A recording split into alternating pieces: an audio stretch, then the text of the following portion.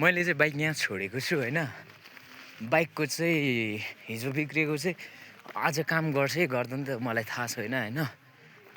यो एउटा यो हुन्छ नि त यो ब्रेक यसको चाहिँ यो साह्रै ठोकेको थियो कि। अनि यहाँकोदेखि जुन पानी निस्किन्थ्यो हेर्नु न, पानी अझै पनि गइरहेछ। यो पानी गइरहेछ हेर्नु त, यो बाइकको हो यो।